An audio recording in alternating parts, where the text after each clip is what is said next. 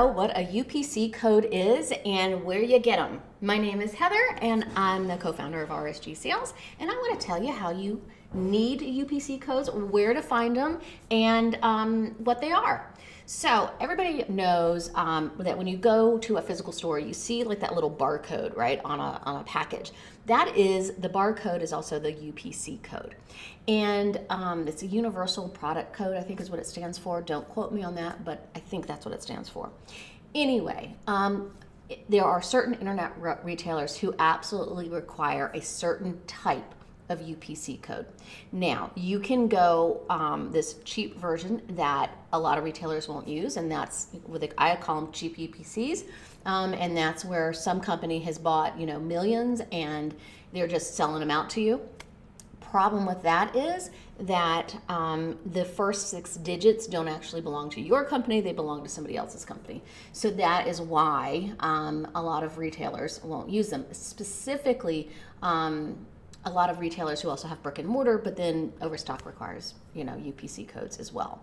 So what we have talked about is UPC codes that are from GS1. GS1 is I think it's a governmental agency, but that is the official place to purchase UPC codes.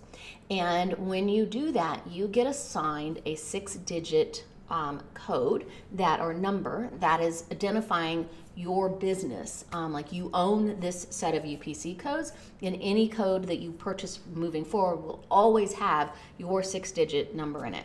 And that is often called like a GLN number or GTIN. And so that's where it's super important that you go to GS1, I think it's even GS1.com, and that's the only place that you can buy the official UPC codes.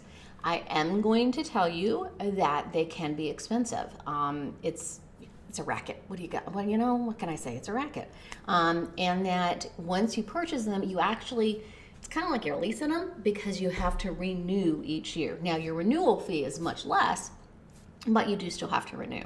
You do have options to buy them like just one at a time, or 10, or I think it's 100 or 500, and then 1,000, then like 10,000 or something like that. So there are different options for purchasing. So that's a good thing.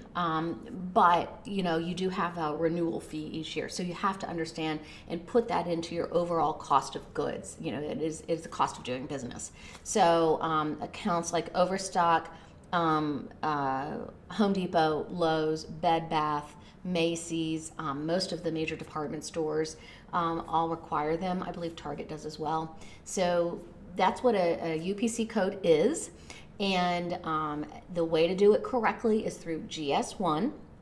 And if you have any other questions, just pop a comment and let me know. I know that a lot of folks get kind of sticker shock over that, but it is what it is. So if you want to sell to those accounts and play in the big with the big leagues, you got to get your UPC codes from GS1. All right. Hope this was helpful, and I will chat with you soon. Bye, guys.